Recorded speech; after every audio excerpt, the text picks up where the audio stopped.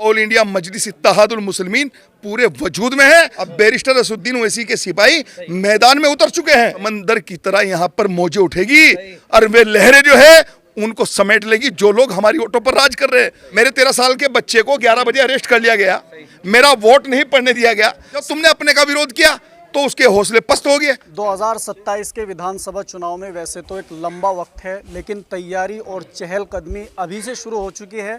फिलहाल हम मुजफ्फरनगर के बुढ़ाना में मौजूद हैं। यहाँ पे एमआईएम नेता अरशद राणा जी पहुँचे, इनसे बातचीत कर लेते हैं। आज किस तरह कार्यक्रम यहाँ पे हुआ? आज बुढ़ाना विधानसभा में ये स्वागत समारोह था। बुढ़ाना विधानसभा के हमारे जितने भी पदाधिकारी कार्यकर्ता हैं, सब लोगों ने यहाँ पर माशाल्लाह फूल मालाओं से जो स्वागत किया, इनका मैं शुक्रगुजार हूँ।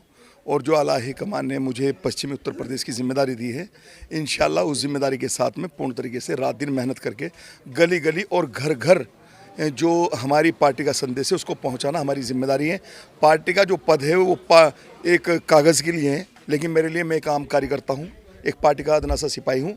और अदनासा कार्यकर्ता बनकर हमारे मौलवी माजिद खड़े हैं, हमारे अरशद भाई खड़े हैं, सभी यहाँ बुढ़ाना विधानसभा की सारी टीम खड़ी है, नगर अध्यक्ष खड़े हैं, सभी साथियों के साथ मिलकर कंधे से कंधा मिलाकर इंशाल्लाह, वैसे तो मुझे पश्चिमी उत्तर प्रदेश की हर सीट को जिताना है। इंशाल्लाह कार्यकर्ताओं के साथ मिलकर मेहनत करेंगे, सभी पदाधिकारी मेहनत करेंगे तो इंशाल्लाह सारी सीटें जीतेंगे। लेकिन बुढ़ाना विधानसभा पर अब की बार बहुत खास फोकस रहेगा, क्योंकि मेरे ज़िले की सीट है ये, तो ज़िले की सीट में बिल्कुल कोई चूक बर्दाश्त नहीं होगी इंशाल्लाह। और बुढ़ाना विधानसभा 2027 में अब की बार फतेह होगी। और फतेह का रास्ता आप देख चुके मीरापुर से, और फिर देख चुके आप मुस्तफ़ाबाद में, और देख चुके आप ओखला में। जब ओखला जैसी और मुस्तफ़ाबाद जैसी और मीरापुर जैसी सीटों पर हमें 40-40 हज़ार वोट मिल गया, आपके सामने आपने देखा है। तो ये तो, और उस हालत में जब मान लिया वोट नहीं पड़ने दिया, 5-5 किलोमीटर बैरिकेड लगा दिया था जब मेरा मीरापुर चुनाव हो रहा था, कितना जुल्म हुआ है। एक तरफा प्रशासन की तरफ से वोट नहीं पड़ने दी, भाजपा पूरी उस पे दी उरूज पर कि किसी भी तरह हमें चुनाव हराना है, लेकिन वो हार नहीं थी, वो हमारी जीत हुई। क्योंकि हमारे जो चाहने वाले हैं उस कंडीशन में 22,700 वोट लगभग देकर मुझे इतनी बुलंदियों पर पहुंचाया और इतना प्यार दिया कि मैं उनका शुक्रगुजार हूं। और दुखद ये है कि उत्तर प्रदेश सरकार से मैं मांग करता हूं कि श्री योगी आदित्यनाथ जी बैठे हैं, उत्तर प्रदेश के मुखिया हैं, लेकिन हमारी पुरजोर आज हम इसकी मजम्मत करते हैं।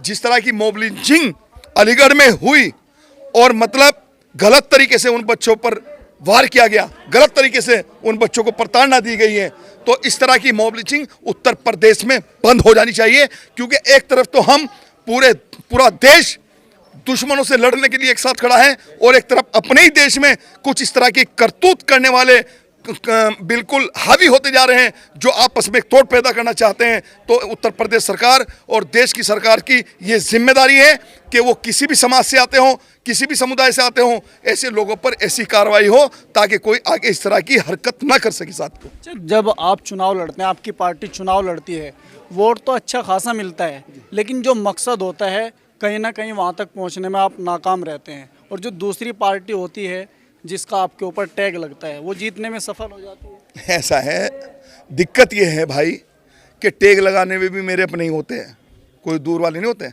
गैर जो है वो तो लोग ओवैसी साहब को आज पूरा देश किस तरीके से देख रहा है। आज बैरिस्टर असदुद्दीन ओवैसी ही तो है जो कितने सांसदों में से, और कितने सांसदों में एक बैरिस्टर असदुद्दीन ओवैसी का नंबर आया है। अरे मुसलमान को तो देश के फख्र होना चाहिए कि किस प्रतिनिधि मंडल में, जो देश का प्रतिनिधि मंडल गया उसमें ओवैसी साहब का नाम है। अरे तुम्हारे बैरिस्टर साहब का नाम है, तुम उस बैरिस्टर को पछाड़ना चाहते हो, तुम्हें उसका नेतृत्व मिला है। तुमने आज तक यही तो किया है कि जो भी पार्टी बनी उसको तुम्हारे बीच में आके कुछ लोगों ने गलत तरीके से तुम्हें गुमराह किया और तुमने अपने का ही विरोध कर दिया। जब तुमने अपने का विरोध किया तो उसके हौसले पस्त हो गए। लेकिन बैरिस्टर असदुद्दीन ओवैसी साहब देश आज़ाद होने से पहले ये ऑल इंडिया मजलिस इत्तेहादुल मुस्लिमीन कायम थी, कायम है और इंशाल्लाह कायम रहेगी। 2027 के विधानसभा चुनाव में ख़ास तौर से बुढ़ाना में फोकस क्यों है? यहाँ पे समाजवादी पार्टी का वोट रहता था, और इस बार जो है लोकदल के साथ में जो गठबंधन था उसकी जीत हुई थी यहाँ पे समाजवादी पार्टी के साथ। तो आपका यहाँ पे क्यों फोकस है? अब ऑप्शन है ना मुसलमान के पास में। अब बैरिस्टर असदुद्दीन ओवैसी के सिपाही मैदान में उतर चुके हैं, और इंशाल्लाह वो सबक सिखाएंगे कि जो बैरिस्टर साहब को अछूता मानते हैं, जो अपने साथ लेने को तैयार नहीं है, उन ठग बंधनों को सबक सिखाकर 2027 में बताएंगे कि ऑल इंडिया मजलिस इत्तेहादुल मुस्लिमीन पूरे वजूद में है। और रहा सवाल, जो लोग ये सोचे हैं ना कि उस पार्टी के साथ और इस पार्टी के साथ में, अरे उन्हें सबक ले लेना चाहिए मेरे 13 साल के बेटे से। अगर किसी का तालमेल होता तो मेरे बच्चे के साथ प्रशासन ये सलूक करता है? फिर तो हमें सरकार की सपोर्ट होती पूरी की पूरी है। मेरे 13 साल के बच्चे को 11 बजे अरेस्ट कर लिया गया, मेरा वोट नहीं पड़ने दिया गया। कौन? सारी पतंग की तो वोट थी ककरौली में, आप तो मौजूद थे, आपने देखा होगा। पतंग की वोट का ही तो विरोध था, पतंग की वोट ही तो नहीं पड़ने दी, क्योंकि सबको पता है कि बैरिस्टर असदुद्दीन ओवैसी अगर उत्तर प्रदेश में एक भी सीट जीत गया तो फिर जो है एक समंदर की तरह यहां पर मौजें उठेगी और वे लहरें जो है उनको समेट लेगी जो लोग हमारी वोटों पर राज कर रहे हैं।